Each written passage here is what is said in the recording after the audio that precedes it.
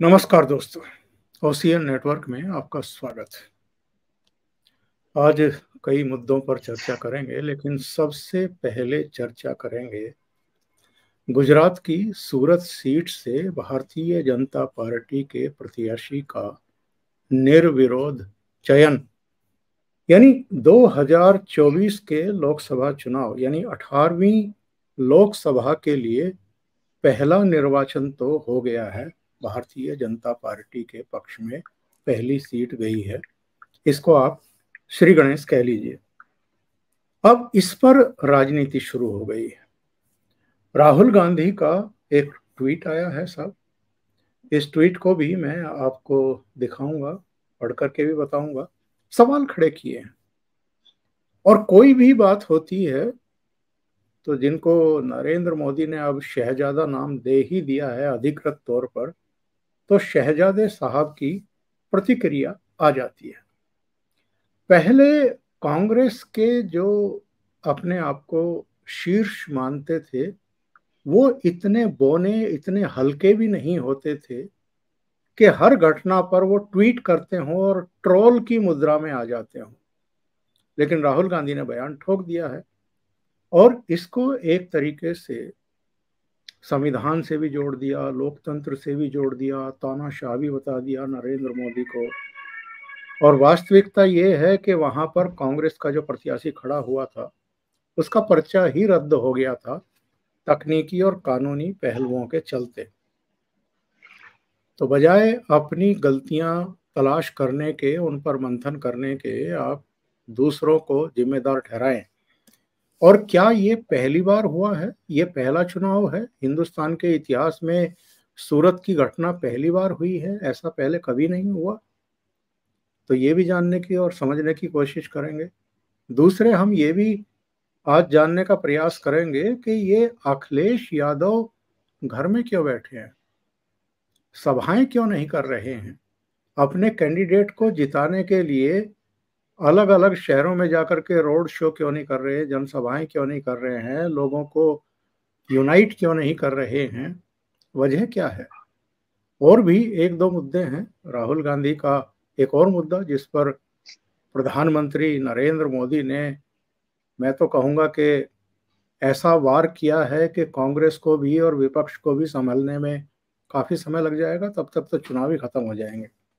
मेरे साथ जुड़ रहे हैं प्रयागराज से वरिष्ठ पत्रकार अनुपम मिश्रा जी।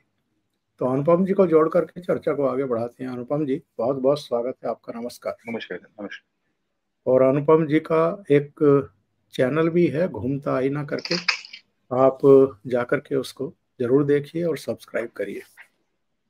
अनुपम जी, सूरत से ही शुरू करें। यह सूरत में निर्विरोध निर्वाचन हो गया है, और क्यों हुआ है? क्योंकि कांग्रेस के जो प्रत्याशी थे, उनके जो प्रस्तावक थे, उनके सिग्नेचर ही नहीं थे। तो तकनीकी तौर पर उनका पर्चा रद्द हुआ। बाकी लोगों ने जितने मैदान में थे उन्होंने अपना पर्चा वापस ले लिया और बीजेपी का कैंडिडेट जो है वहां से निर्विरोध निर्वाचित हो गया, उसको प्रमाण पत्र भी मिल गया।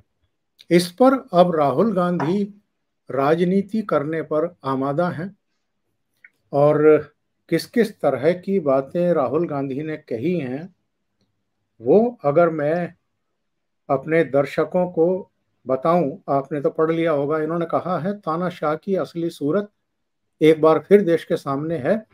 जनता से अपना नेता चुनने का अधिकार छीन लेना बाबा साहब अम्बेडकर के संविधान को खत्म करने की तरफ बढ़ाया एक और कदम है। मैं एक बार फिर कह रहा हूं, ये सिर्फ सरकार बनाने का चुनाव नहीं है, ये देश को बचाने का चुनाव है, संविधान की रक्षा का चुनाव है।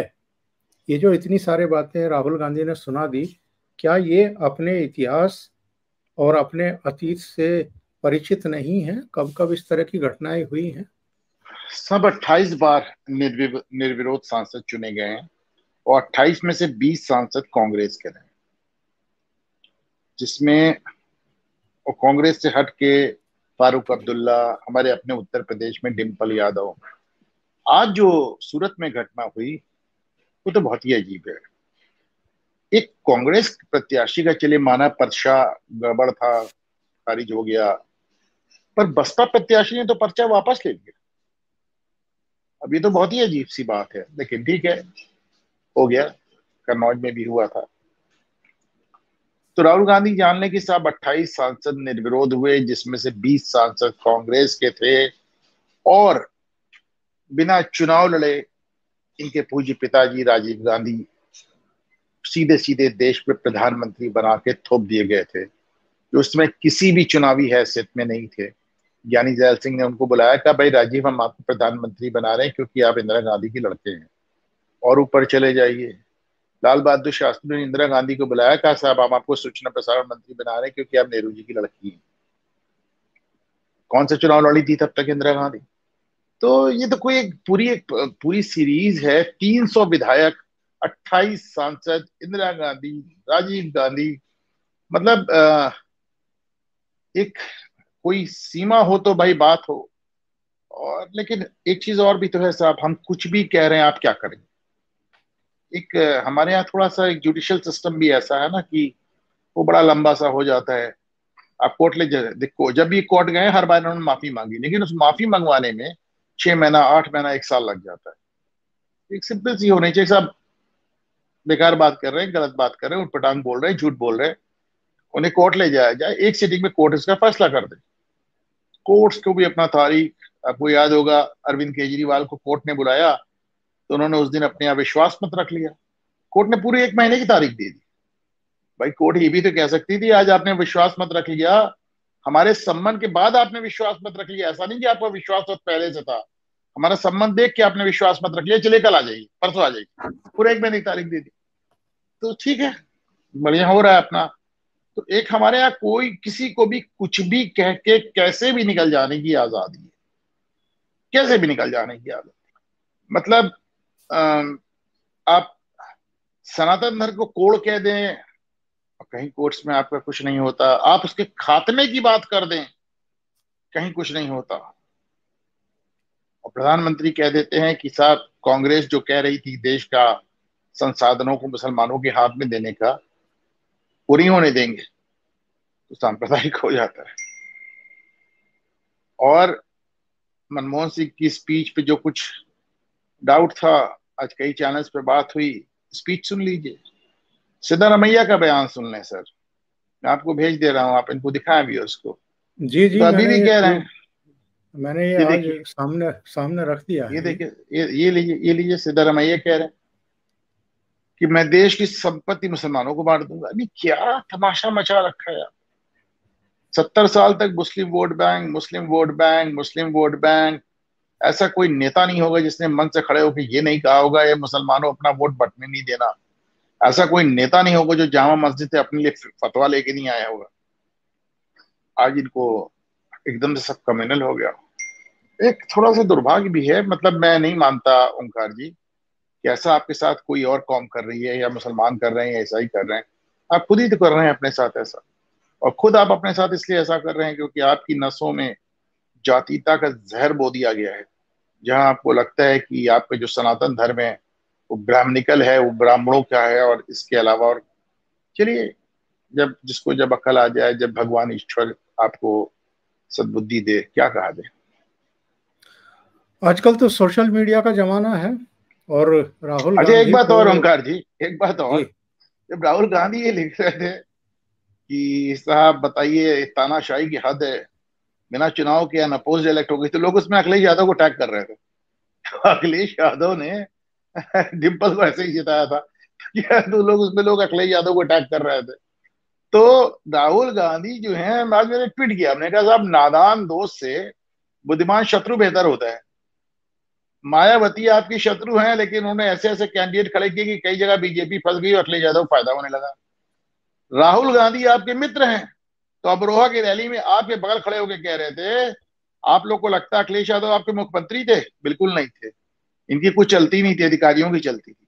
वहीं खड़े होकर अखिलेश यादव को धो दिया उन्होंने, सिर्फ ये बताने के लिए। उन्हें एक बात कहनी थी कि 90 अधिकारी हैं, 80 अधिकारी हैं, जिसमें इतने पिछड़े हैं, इतने दलित हैं, उस बात को कहने के लिए उन्होंने अखिलेश यादव को निशाना बना दिया। तो सर वो एकदम बंदर के हाथ बिस्तरों वाली बात है। मतलब ऐसी नादान दोस्ती आपने कर ली है कि कल वो आपको धो के आया अमरोहा में, और आज उन्होंने आपको ऐसे दौड़ा। लेकिन क्या कहा जाए, अखिलेश यादव भी कुछ दिन पहले लोगों से कस्में खिला रहे थे कि कांग्रेस पे भरोसा नहीं करना, बेईमान पार्टी है। तो सब ठीक है, बढ़िया है, जैसे को तैसा है, बनी रहे दोस्ती।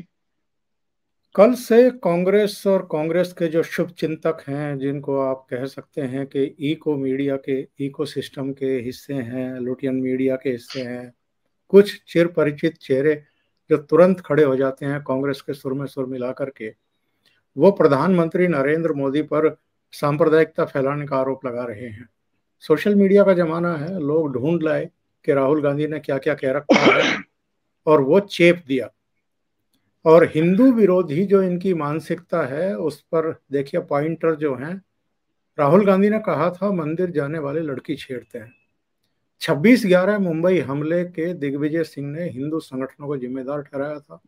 राम सेतु भगवान राम को कोर्ट के हलफनामे में काल्पनिक बताया गया था। हिंदुओं को बदनाम करने के लिए हिंदू आतंक शब्द गढ़ा गया। कपिल सिब्बल ने राम जी की तुलना 3 तलाक और हवाला जैसी कुरीतियों से की। बीएचयू में हिंदू शब्द से पर इन्होंने ऐतराज किया। सोमनाथ मंदिर का विरोध किया। हज पर सब्सिडी दी तो अमरनाथ यात्रा पर विशेष टैक्स भी वसूल किया। तो लोग तो आईना दिखाने के लिए तैयार बैठे रहते हैं। मतलब इसमें एक चीज तो मिस ही हो गई कि आपका राष्ट्रीय अध्यक्ष का लड़का कह रहा है हम सनातन धर्म ही खत्म कर दें। जी हाँ। कोई मामूली आदमी नहीं है, आपके राष्ट्रीय अध्यक्ष का लड़का, जिसको आपने कैबिनेट मिनिस्टर बना रखा है, वो कह रहा है हम सनातन धर्म ही समाप्त कर देंगे। सनातन धर्म कोड़ है, कुष्ठ रोग है, इसको हम समाप्त कर देंगे।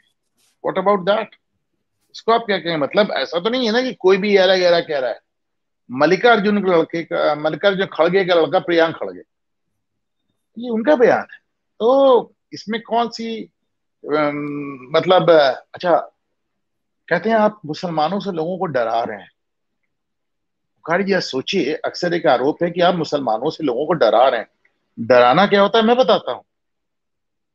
जब आपके कांग्रेस के अध्यक्ष मल्लिकार्जुन खड़गे कहते हैं अगर भाजपा आई तो सनातन धर्म आ जाएगा, ये डराना है।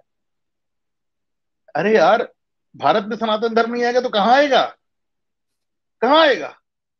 मैं मल्लिकार्जुन खड़गे के लिए अक्सर कहता हूं, साहब खड़गे साहब छोटे थे तो वो हैदराबाद में की उसमें रहते थे रियासत में। तो रजाकारों ने, जो मुस्लिम आर्मी थी निजाम की, उसने जाके इनके घर में आग लगा दिया, इनकी मां को जिंदा जला दिया, इनकी आंखों के सामने, ये कुछ नहीं कर पाए।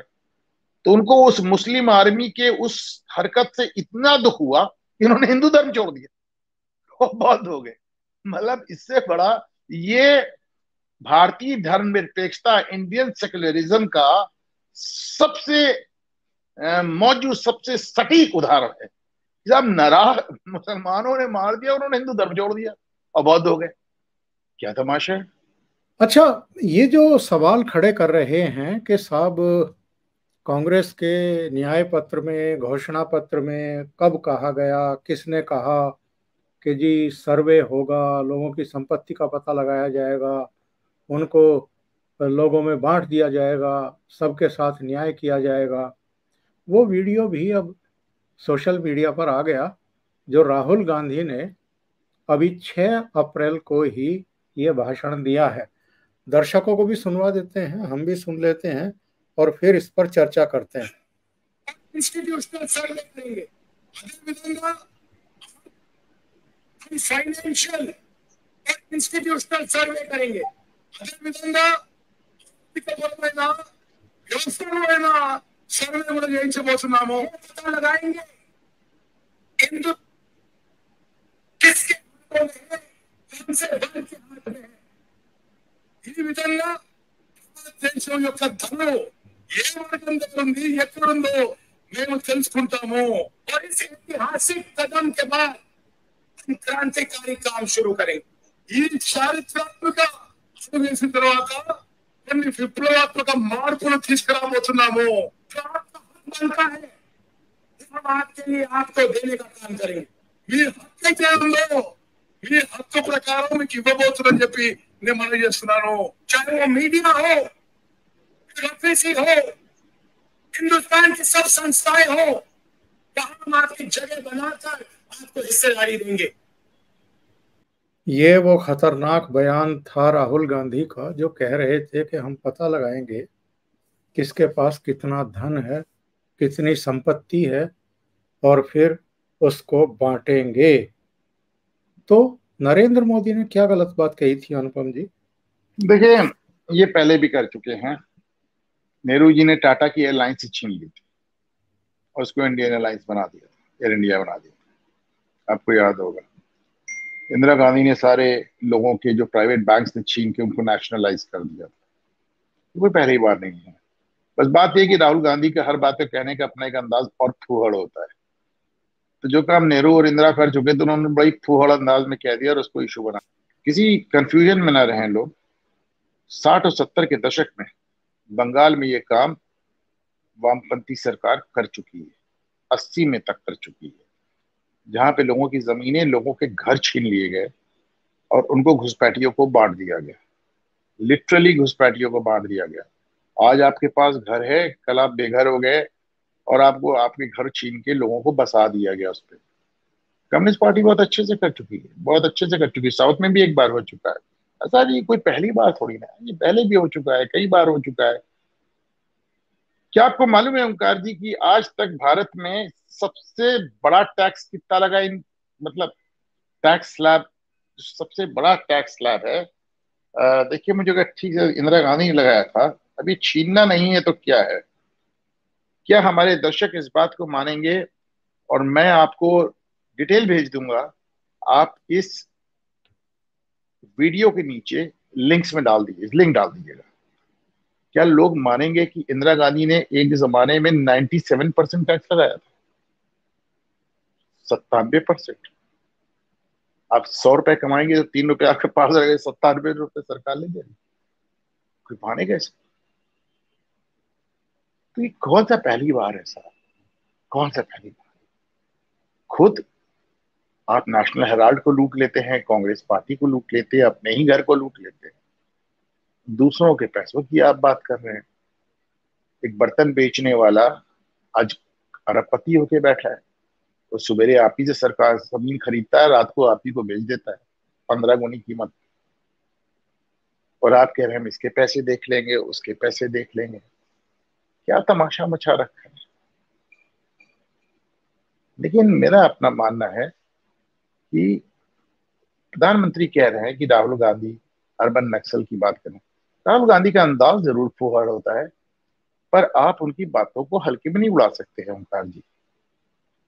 जो पार्टी ये कह सकती है कि देश के संसाधनों में पहला हक मुसलमानों का है, जो पार्टी ये कह सकती है, आप रंगनाथ मिश्रा कमीशन रिपोर्ट देखें, आप जो पार्टी ये कह सकती है कि साहब ओबीसी कमीशन, ओबीसी रिजर्वेशन से 8% निकाल के मुसलमानों को अलग दे दो, जो पार्टी ये कह सकती है कि 10 से 15% एजुकेशनल इंस्टीट्यूशन से मुसलमानों को स्टेट रिजर्वेशन दे दो, जो पार्टी ये कह सकती है कि इस्लाम कबूल करने वालों का रिजर्वेशन नहीं समाप्त होना चाहिए, जो पार्टी जो पार्टी 1920 में बने हुए जामिया मिलिया इस्लामिया को, उसको 2011 में उसमें पूरा आरक्षण समाप्त कर सकती है।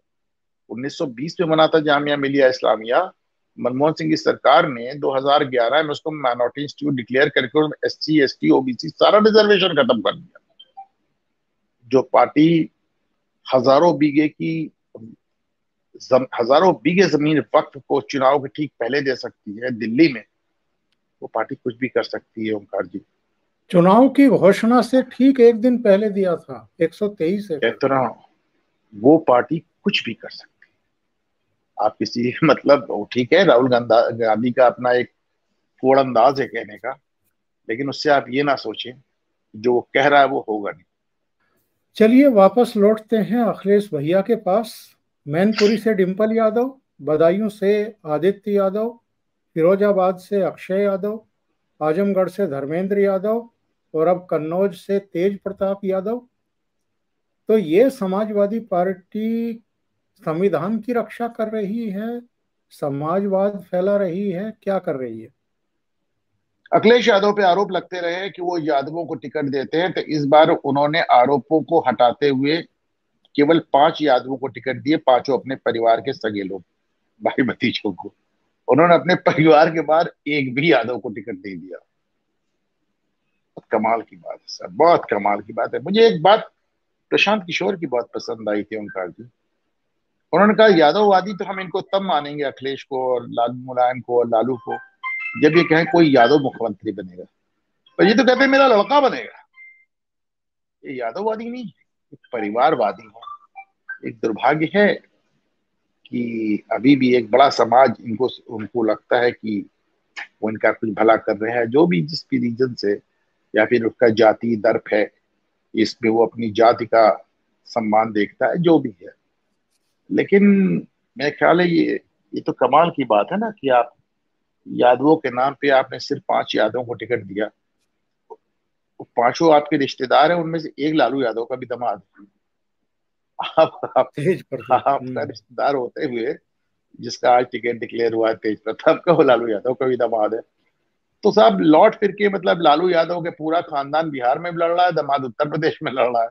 तो आप देखिए, ये लालू यादव पहला परिवार हो गए हैं जिनका परिवार हर स्टेट में लड़ रहा है। आप देखें तो और बड़ी बेशर्मी है साहब, बड़ी बेशर्मी है एकदम। आप कुछ कह दीजिए, बदतमीजी पे उतर आएंगे। मेरे ट्विटर अकाउंट पे जाके देखें मुझे साहब कैसी कैसी गालियां दे रखी। तो क्या ही कहा जाए, सोशल मीडिया है, किसी की जुबान पे लगाम नहीं है। मैं कभी कभी मैं साहब इसको रिक्वेस्ट करता हूँ कि सोशल मीडिया पे, ट्विटर हो, फेसबुक हो, कुछ हो, इन सारे अकाउंट्स को उनके आधार से जोड़ दिया जाए। तो एक तो सारे फर्जी अकाउंट खत्म हो जाएंगे, और दूसरे जो फर्जी हैंडल बनाए, अगर सोशल मीडिया पे रहना तो अपने असली नाम से आओ, अपना आधार कार्ड दिखाओ, असली नाम से आओ, असली तस्वीर से आओ, एड्रेस दिया, फिर मैं देखता हूँ कौन किसको कितनी गाली देता है। के ही 2 ट्वीट पर चर्चा करते हैं। आपने पहला ट्वीट किया, गठबंधन ने रामनगर, रामपुर, कैराना और सहारनपुर में मुस्लिम उम्मीदवार खड़े किए और अखिलेश यादव तीनों ही जगह प्रचार के लिए नहीं गए। अमरोहा में दानिश अली के प्रचार के लिए पहुंचे, जबकि यहां यादव वोटर नहीं के बराबर है। इसका क्या कारण हो सकता है? फिर आपने दूसरा ट्वीट किया और उसमें लिखा कि अखिलेश यादव पश्चिमी उत्तर प्रदेश में साबरमती एक्सप्रेस की तरह हैं, जिनको देख करके गोधरा कांड याद आ जाता है, यानी मुजफ्फरनगर दंगा याद आ जाता है। इसलिए ध्रुवीकरण रोकने के लिए इमरान मसूद, इकरा हसन, मौलाना नदवी तीनों नहीं चाहते थे कि अखिलेश यादव आए। तो अखिलेश यादव केवल इसलिए नहीं गए कि ध्रुवीकरण ना हो, या इसके पीछे कोई और भी उनकी सोची विचारी रणनीति है? क्या समझ में आता है? अब देखिए, प्रधानमंत्री के बयान पे ना राहुल गांधी का बयान आया है, ना अखिलेश यादव का, ना प्रियंका का, ना सोनिया का, ना ममता का, किसी का बयान नहीं आया। आप बताएं, इसको पवन अवन खेड़ा के थ्रू इसको टैकल करने की कोशिश की जा रही है। राहुल गांधी ने कोई बयान नहीं दिया, सोनिया, प्रियंका, ममता, केजरीवाल, मतलब अखिलेश, किसी ने कोई बयान नहीं दिया। हिम्मत नहीं इनकी। गिल्टी कॉन्शियस साहब ना, आपको डर है, आपको डर है कि साहब आपको मुस्लिम परस्त ना समझ लें। देखिए सब विचार, मतलब कोई आइडियोलॉजी नहीं। आइडियोलॉजी क्या होती है? अगर जैसे आप रोज के हिसाब से, आज आप कहते हैं अखिलेश यादव मैं पूजा नहीं करता, आलोचना हुई तो अगले दिन रुद्राभिषेक करते हुए फोटो डालती। तो आप देखें, जो आदमी पूजा नहीं करता सीधे रुद्राभिषेक करने लगा, ऐसी पूजा जिसमें अच्छे अच्छे पसीने छूट जाए। हाँ, तो आप इसको समझें, कोई विचारधारा है ही नहीं। और यही कारण है कि इनकी पार्टीज में इतने ब्रेकअप्स होते हैं। मैं अक्सर कहता हूं, 1984 में भारतीय जनता पार्टी इतना बुरा हारी कि केवल 2 सीट पे रह गई। एक भी नेता ने पार्टी नहीं छोड़ी साहब, एक भी नेता ने पार्टी नहीं छोड़ी, क्योंकि वो पार्टी से नहीं, विचारधारा से बने थे। आपकी कोई विचारधारा ही नहीं, कोई बनेगा तो क्या बनेगा? तो अब अखिलेश यादव डर लगा तो मुसलमानों के साथ, क्योंकि ऐसा मुस्लिम परस्त ना कहला दे, तो साहब किसी के चुनाव प्रचार पे नहीं गए। बहुत आलोचना गए तो सीधे मुख्तार अंसारी के यहाँ पहुंच गए। मतलब आप सोचिए, वहां वहां जाके बैठ गए जाके। तो उनका कोई कहा ना, कोई विचारधारा नहीं है, कोई सोच नहीं है। और मेरा अपना मानना है कि अखिलेश यादव तो जो डरते हैं वो डरते हैं ही हैं, पर मुस्लिम कैंडिडेट्स ने इनको प्रेफर किया कि साहब आप ना, ये पहले भी हो चुका है। आपको याद होगा कैप्टन अमरिंदर सिंह जब पंजाब में चुनाव लड़ रहे थे तो उन्होंने कहा था साहब मैं पंजाब में जीत लूंगा, मेरी शर्त है कि राहुल गांधी ना आए। राहुल गांधी नहीं गया और अमरिंदर सिंह ने जीत लिया। जीत अवश्य लिया, लेकिन जीत के भी वो कांग्रेस हाईकमांड, कांग्रेस की प्रथम परिवार की आंख में कांटे की तरह चुभ गए। क्या यार, हमारे बगैर जीत गया और उल्टे बना भी कर दिया हमको आने का। तो अंततः कैप्टन अमरिंदर सिंह को मुख्यमंत्री पद से भी हटना पड़ा और कांग्रेस से भी हटना पड़ा। इसी तरह यहाँ पे लोग नहीं चाहते, लेकिन हर आदमी रोक भी तो नहीं सकता है ना ओंकार जी। ये पहला चुनाव है जिसमें आज तक रामपुर अखिलेश यादव ना गए हो, ये रोक भी नहीं सकते। अब जैसे लोगों ने पूछा कि साहब दानिश दानिश अली के चुनाव में कैसे चले गए, मैं भाई दानिश अली क्या करते हैं, दानिश अली देख रहे हैं कि राहुल गांधी तो आ ही रहे हैं। दानिश अली तो राहुल गांधी को भी नहीं लाते चाहते होंगे, लेकिन सोचा जब राहुल गांधी आ रहे हैं तो अखिलेश भी आ जाए, जैसे सत्यानाश हो जाए, सवा सत्यानाश। और बाबा का जो बयान आज आया है इस पर क्या कहेंगे, सुनवा देता हूं मैं दर्शकों को। राम और कृष्ण पर प्रश्न खड़े किए थे, आप उनको वोट के लिए तरसा दीजिए, एक भी वोट नहीं मिलेगा उनको। कांग्रेस वो सपा बसवा देख रहे हैं सजनों, माफिया की कब्र में जाकर के फतिया पड़ रहे हैं। बोल दीजिए ये चुनाव से अच्छा वक्त नहीं, इनको बोलो कि जाओ, वोट तो कमर निशान को जाएगा, तुम लोगों को 5 साल की छुट्टी दे रहे, फतिया पड़ो को। तो बाबा ने तो बिल्कुल अपने तेवर दिखा दिए हैं, अपनी दिशा पकड़ ली है और लोगों को भी समझा दिया है और एक निर्णायक प्रहार इनके ऊपर आज बोल दिया है कि जाओ फतेहा पढ़ो माफिया की कब्र पे जाकर के, वोट तो तुमको अब नहीं मिलेगा। अच्छा ये बताइए गलत क्या कहा होगा, गलत क्या कहा? धर्मेंद्र यादव जिस तरह आंखों में आंसू भरकर फूल लेकर मुख्तार अंसारी की कब्र पर खड़े थे, तो आप सोचिए गलत क्या कहा बाबा ने, व्हाट डिड ही से रॉन्ग। उससे भी दिलचस्प ये है कि आज प्रधानमंत्री ने बाबा के बारे में बहुत कुछ कहा। उन्होंने कहा योगी आदित्यनाथ को आप सिर्फ बुलडोजर से जोड़ के ना देखें, 70 साल में जितना विकास नहीं किया उतना विकास योगी आदित्यनाथ ने करके दिखाया। बड़ी तारीफ की आज उन्होंने योगी आदित्यनाथ, बड़ी जबरदस्त तारीफ। मोदी जल्दी तारीफ करते नहीं, लेकिन उन्होंने बहुत तारीफ की। जहां तक योगी आदित्यनाथ का सवाल है, योगी आदित्यनाथ के बारे में एक बात आप जानते हैं, प्रधानमंत्री मोदी तो फिर भी चुनाव के समय एक अलग जुबान बोलते हैं और प्रशासन के समय एक अलग जुबान बोलते हैं। चुनाव के समय वो शमशान और कब्रिस्तान की बात करते हैं, लेकिन जब सरकार चलाते हैं तो सबका साथ, सबका विकास, सबका विश्वास करते हैं और करके दिखा भी देते हैं, करके दिखा भी देते हैं। उन्होंने दिखा 16% मुसलमानों को 34% मकान दे दिए, तो करके दिखा भी देते हैं वो तो। लेकिन योगी आदित्यनाथ के साथ ऐसी कोई दिक्कत नहीं है, वो सरकार में भी वही जबान बोलते हैं जो वो चुनाव में बोलते हैं, और वही जबान वो प्राइवेट में बोलते हैं, निजी बातचीत पे भी बोलते हैं। तो इस मामले में उनका कोई मैच नहीं है, उनके अंदर कोई लाग लगे लपेट या कोई बनावट नहीं है साहब। और मैं आपको उत्तर प्रदेश का बाशिंदा रहते हुए बता रहा हूँ कि आपको जानकारी तो होगी ओंकार सर की योगी आदित्यनाथ इतिहास में उत्तर प्रदेश के लॉन्गेस्ट सर्विंग चीफ मिनिस्टर हो चुके हैं। इससे लंबे समय तक एक बार में कोई मुख्यमंत्री नहीं रहा जितना योगी आदित्यनाथ रहे हैं।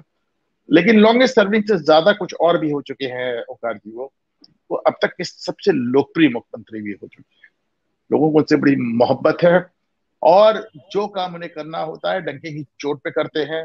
जैसे उन्होंने राम मंदिर के लिए 10 बार दौरे किए, जैसे वो खुद आके उन्होंने कांवड़ियों पे फूल बरसाए, ये वो कांवड़िए थे जो लाठीचार्ज, जो गोलियों के शिकार होते थे, उनमें आके फूल बरसाए उन्होंने। जैसे उन्होंने कुंभ के लिए इंतजाम किए, जैसे उन्होंने ये कहा कि सवेरे सवेरे आदेश होता है और शाम को काशी में वो मंदिर खुल जाता है वो दरवाजा, और कहते हैं नंदी बाबा कहाँ मानने वाले थे। हाँ, जैसे वो खुल के कृष्ण जन्मभूमि के लिए बोल देते हैं। तो आप समझ लें कि प्रधानमंत्री मोदी तो अंतर्राष्ट्रीय मर्यादा से बने हुए हैं। एक प्रधानमंत्री के तौर पर उन्हें कुछ भी कहने से पहले ये सोचना पड़ता है कि पूरी दुनिया को क्या जवाब दिया जाएगा। मुख्यमंत्री योगी आदित्यनाथ साहब ऐसी किसी अंतर्राष्ट्रीय मर्यादा से अपने को बना नहीं पाते, बड़ा खुल के, बड़ा स्पष्ट। और सबसे बड़ी बात आपने देखा होगा कि प्रधानमंत्री मोदी के बहुत आलोचक मिल जाते हैं, योगी जी की आलोचना भी लोग बहुत दबिश स्वर में करते हैं, और वो अगर कुछ कहते भी हैं तो आप देखिए बहुत ज्यादा आलोचना। आप देखिए मोदी जी की बात की कितनी आलोचना हो रही है। आज योगी जी कह रहे हैं जाओ कब्र में फातिया पढ़ो जाके, आज देखिए किसी ने आलोचना नहीं की, किसी ने आलोचना नहीं की। मुझे, मैं क्षमा चाहता हूँ, मुझे हंसी आ रही, लेकिन ये अपना योगी का एक अंदाज, एक तेवर है जो लोगों को बहुत पसंद आ रहा है ओंकार जी। और बाबा लोकप्रिय भी इसीलिए है। बहुत बहुत बहुत लोकप्रिय, लोकप्रिय धन्यवाद। नहीं, लोकप्रिय नहीं ओंकार जी, बहुत लोकप्रिय।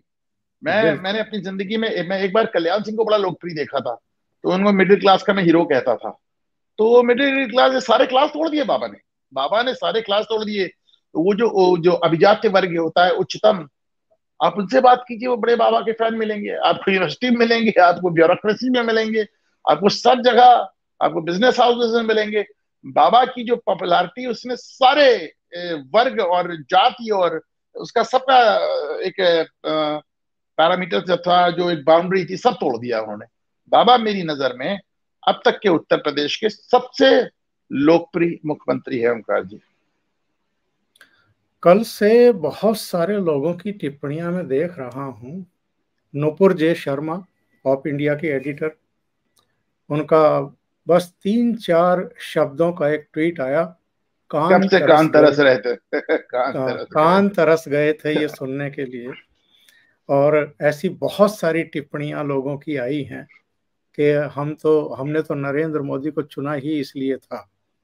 तो क्या नरेंद्र मोदी ने जो कुछ कहा है ये ही पर्याप्त है अब अगले 6 चरणों के लिए, या आप नहीं समझते देखिए, हैं कि अगर उनको छेड़ा गया तो फिर नहीं छोड़ेंगे वो?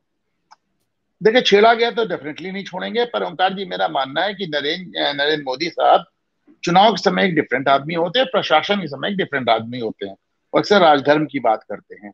उन्होंने शुरुआत की थी टोपी ना पहनकर, लेकिन उसके बाद आपने देखा कि जितने विदेशी राष्ट्राध्यक्ष थे उनको मस्जिद मस्जिद घुमा रहे थे।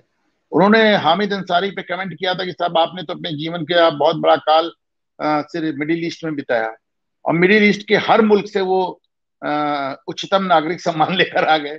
उन्होंने पिछले चुनाव में भी शमशान और कब्रिस्तान की तुलना की थी, बात की थी उन्होंने शमशान और कब्रिस्तान की, लेकिन जब प्रशासन चलाया तो उन्होंने दिखा दिया कि मुसलमानों को हर योजना में उन्होंने बराबर का हिस्सा दिया, और हर तरह की नौकरी में हर जगह पे उनको अकोमोडेट किया। तो प्रधानमंत्री नरेंद्र मोदी के दो रूप हैं, वो बड़ा कटु सत्य बोलते हैं जब वो चुनाव प्रचार कर रहे होते हैं, पर जब वो प्रधानमंत्री के पद पे होते हैं तो वो कोशिश करते हैं कि राजधर्म का पालन करें। अब ऐसे में मोदी के दो तरह के समर्थक आ जाते हैं। एक तो वो हैं जो कहते हैं कि साहब जो कहा था वो, हमको तो वैसे ही प्रधानमंत्री चाहिए, हमको तो वैसे ही प्रधानमंत्री कहा था जो कहा था। तो उनको एक बार समझना पड़ेगा कि एक राजनीतिक के रूप में चुनाव प्रचार एक अलग चीज होती है, प्रधानमंत्री एक अंतर्राष्ट्रीय मर्यादा से बंधा होता है। क्या आप चाहेंगे कि आपका प्रधानमंत्री देश दुनिया में बहिष्कृत हो जाए, बाकी देश उसको बुलाए ना, या उसकी आने पे पाबंदी लगा दें? क्या आप चाहेंगे कि आपके प्रधानमंत्री के खिलाफ अरब मुल्क यूनाइटेड नेशंस में एक प्रस्ताव लाएं? क्या आप चाहेंगे कि नरेंद्र मोदी के जैसे तमाम देशों में उनको वीजा कैंसिल कर दिया गया था, उनको घुसने ही देने की बात थी जब वो मुख्यमंत्री थे? क्या आप चाहेंगे प्रधानमंत्री होते हुए भी आप कह सकते हैं कि साहब हम बड़े ताकतवर देश है, हमारे साथ किसी की हिम्मत नहीं है ऐसा कर सके, वगैरह वगैरह। लेकिन इट्स अ ग्लोबल विलेज, दुनिया अब एक गांव की तरह है, और जब भी आप अपने प्रधानमंत्री से कोई बहुत ही रेडिकल उम्मीद रखें तो आप इसको मान के चलें कि आप आइसोलेशन में नहीं रह रहे हैं, आप दुनिया के बचे हुए भी 200 मुल्कों को आपको जवाब देना है। हैविंग सेड दैट, ये सब कहने के बाद मैं आपके शो पे एक बात जरूर कहूंगा कि पिछले 10 सालों में मैंने कुछ और सीखा या नहीं सीखा। मैंने ये जरूर जाना कि मोदी जी मजाक नहीं करते हैं।